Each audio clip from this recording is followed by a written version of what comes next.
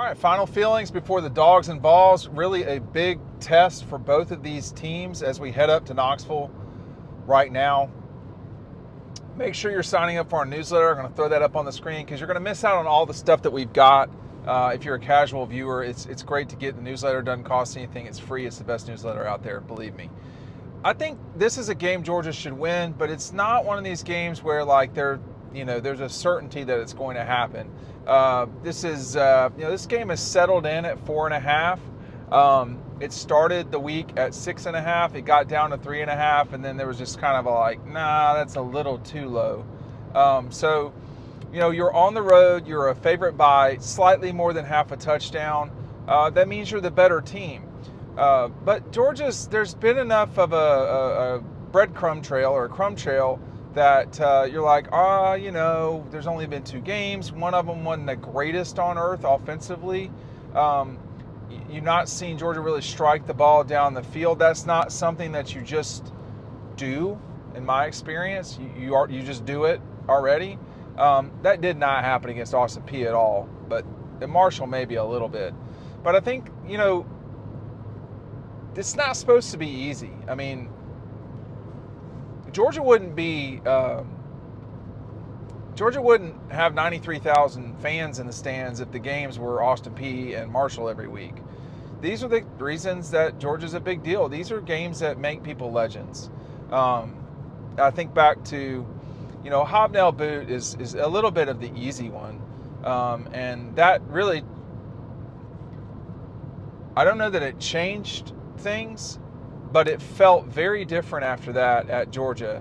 But you think about Sean Jones in 2003, Boss Bailey with that field goal block of Tennessee in 2002. 2004, Tennessee with a huge win, 20-16 over Georgia in Athens. Georgia not getting the ball in the end zone on the final drive of the game. That was a brutal loss that day. They had just beaten LSU, thrashed LSU, Nick Saban LSU the week before.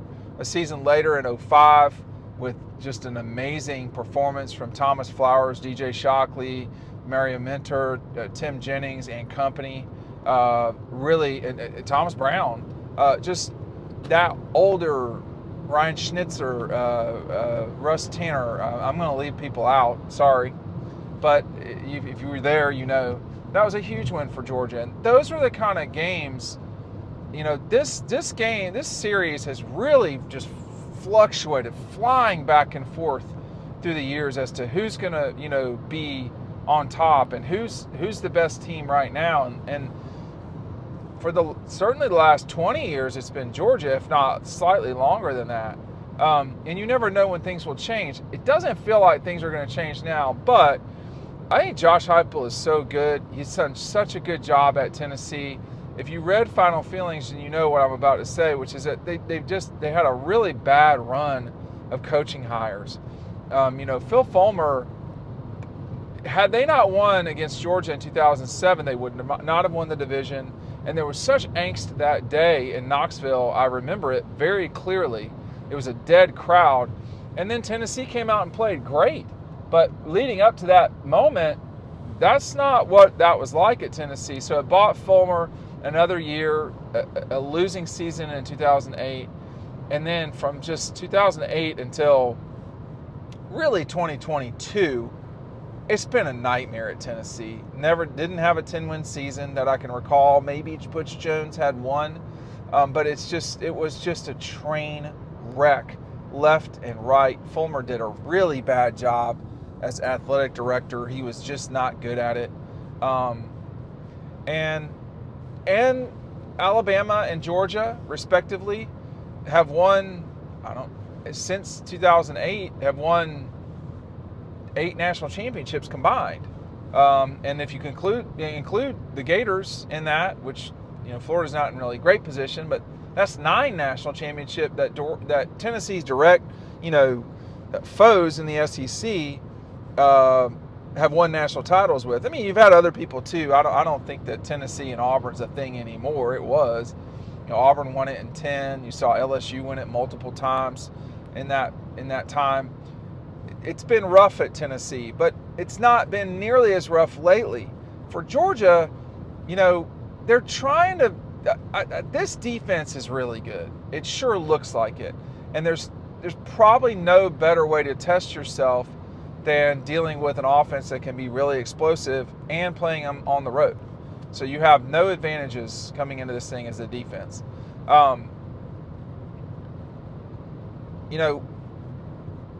It's hard to say and predict what should or will happen.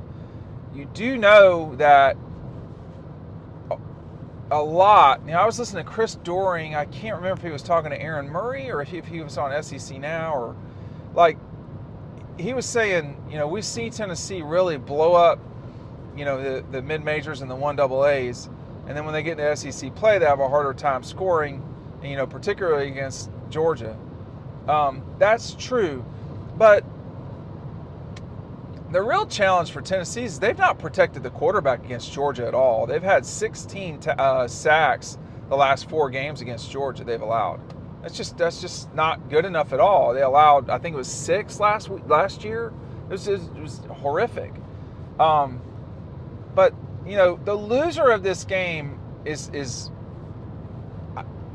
particularly I think if it's Georgia, the loser of this game is really not in a horrific situation. They're in a bad position. And then Georgia's got Alabama the next week. But this is what this is now, y'all. We're at a moment in college football where, if you lose a game, you lose a game. Just can't lose the wrong game. And I think if you're Tennessee and you lose, it's a little worse because you're at home, but it's not like their season is even close to being over. I think that the question for Tennessee is, how good's the quarterback? Because he has balled out these last couple of games, but he's not facing Southeastern Conference opponents. And he had some rough moments at App State, his previous destination. So it's hard to play Georgia and score a lot of points. It happens maybe about once a season. Is that even true? Alabama in 24. What happened in 23? Did somebody score a bunch of points in 23? It feels like when someone gets to 20 on Georgia, it's like, what's going on here? That happened a couple times last year. Ole Miss game, Mississippi State, Alabama.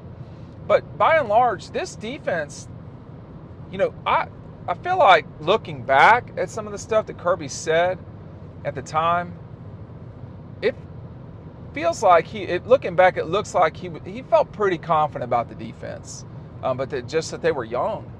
I think offensively too, you got to get Juan Gaston back at some stage, but I erroneously said left tackle for Ernest Green. You got to get Green back for sure. And when you can get Gaston back, I think that really helps who they are and what they want to be. I think to some degree, we, meaning the media, the world of fandom, message boards, the toxicity of social media, I think people are wanting Gunnar Stockton to be different than what he is. I don't think what you see is what you get necessarily, but I think that he's not a pocket quarterback necessarily. That he can do that, but he doesn't. What makes Gunnar Stockton difficult to deal with are his legs. That's the biggest thing. It doesn't mean that he can't throw the football. He can. But his style, I think to some degree, people are expecting him to be a little different than he is. I think with Gunnar, the main attribute, I remember talking to Bobo in New Orleans about Gunnar's ability to run. That can't be ignored. And when you went back and watched pre-COVID even Gunnar playing at Raven, that is a basic part of what he does. And the run game, you say 10 times a game. Well, that can make a big difference in a game where you have, say, 70 offensive snaps. 1 out of 7 That's not a small portion. That's not 5%. So I think that makes a difference too. You had Carson's legs were limited compared to Stetson and Gunnar, very limited. But Carson could run, but that's not what you depended on. So when the run game wasn't working, it was all on Carson to do it with his hand, with his arm. That's not necessarily going to be the case here. It could be that Gunnar can throw it, and if it is all on him because they're not running effectively, you're in trouble anyway. But then he can loosen this thing up by running himself. So I think a little bit sometimes we want guys to be different than they are, or different than we've seen. And I think Gunnar Stockton, from what I have seen, man, he's the real deal. And you saw that a little bit against Marshall. But now we're 2 weeks into it. We've kind of dated her for a while. We're noticing some freckles we don't like as much, and it's just like, I don't know, man. She's still pretty good looking. What are we talking about here? So probably the wrong analogy, but there's no one more in Athens. There's no one more picked over than the starting quarterback. And I remember the angst about Stetson Bennett. Much of it was legitimate, but the notion in early 21 is we can't win a shootout with Stetson Bennett. Well, that turned out to be completely untrue. I mean, completely untrue. Whether you talk about Ohio State, or they weren't really shootouts, but like what they did to South Carolina and Oregon, they were scoring at will. Can you win shootouts? Can you win tight games? Can you win routines? There's always something to criticize. And the thing about it is, when they go up there, they're already in Knoxville now. But when you get to Knoxville and you get on that turf, and it's a very bright stadium, I have to say, just because of the hues, the oranges and the whites are very bright. So it's a brighter stadium than some places.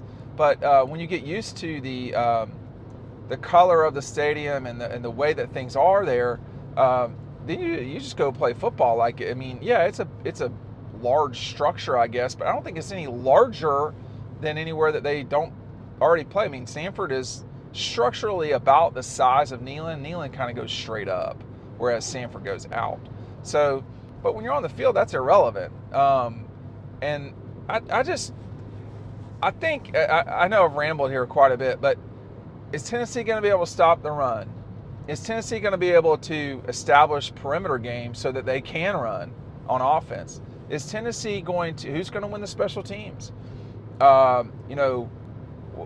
Is someone like Ellis Robinson going to make a big play? Is it going to be fine? Is Zachariah Branch going to just do something that is like people will be talking about on Saturday night? What will be the reality coming out of this game? The reason why I picked Georgia, and I picked them. I don't, I'm not acting like they can't lose this game. I think they could. The reason why I picked them is just my opinion that what matters in practice over the long haul will show up in games. And I think that the established way that Georgia has practiced through the years and through this season, that was the worry with having younger guys on defense, but the way that they have gotten used to struggle and having to fight during practice, when you have to do that in the game, it's pretty normal to you. You're used to it, and therefore it doesn't bother you. You're used to pressure. I tell my daughter all the time, I want to pressure her so that she will feel that and be used to it. And so that you can, when you feel pressure, you're comfortable in it. It's okay. You're, the stupid line, comfortable with being uncomfortable. You have to be able to process information and do what you're supposed to do when you're playing in the game. It should feel natural, and it should feel natural because you've practiced. My suspicion is that everything that has led to this moment at Neyland will add up for Georgia and slightly against Tennessee. That running back a season ago, he really hurt Georgia. He's not there anymore. They have good backs, but they're not like him. He's really good. You know, you lose a starting quarterback. I don't think Nico was the end-all be-all at all, but I do think that it's challenging that he's gone. You had to bring somebody else in, so there's that. But I think at the end of the day, Georgia's probably, well, they are the better, more talented team. The question is, can they deal with the other variables going into this? Josh Heupel is a good coach. He's done a good job. Oklahoma made a mistake passing over him. If that's what it was called. I mean, that's what it was. I don't know. He's done a very good job at Tennessee. People like Florida, Nebraska, they would have been brilliant to get him. They didn't. And, you know, I think that they have done a great job at Tennessee. I'm not just saying that because, I mean, I said that in 2001. After the Tennessee game, you could tell Tennessee wasn't just a bunch of losers anymore, because they were. They had been losers. They weren't anymore. He changed them in 21. He's done an excellent job up there. And no matter, I mean, I find it very hard to believe that I won't say that after this game. So he's done a great job up there. Makes it challenging. I do know firsthand, you know, Georgia's coaches definitely have been jumpy about this offense through the years. It's not a lot of fun to deal with. It's a challenge for sure, but the basics still come into play. You got to stop the run, and if you don't do that, you're going to be running around with your head cut off the whole day, and that's not what you want at all. I've got Georgia winning this game. I don't know what the final will be. I think it will be a competitive game going into the late third, early fourth. I think that, you know, that's what I imagine will happen. I am hedging like crazy because we don't quite yet know enough to trust really either of these teams. And I think that in the world of college football today, it is harder. It seems to me trickier to pick what's going to happen because of all of the moving parts. I'll throw this in there too. I think Clemson better really watch it in Atlanta on Saturday. I think that LSU probably is thinking we're going to blow Florida out.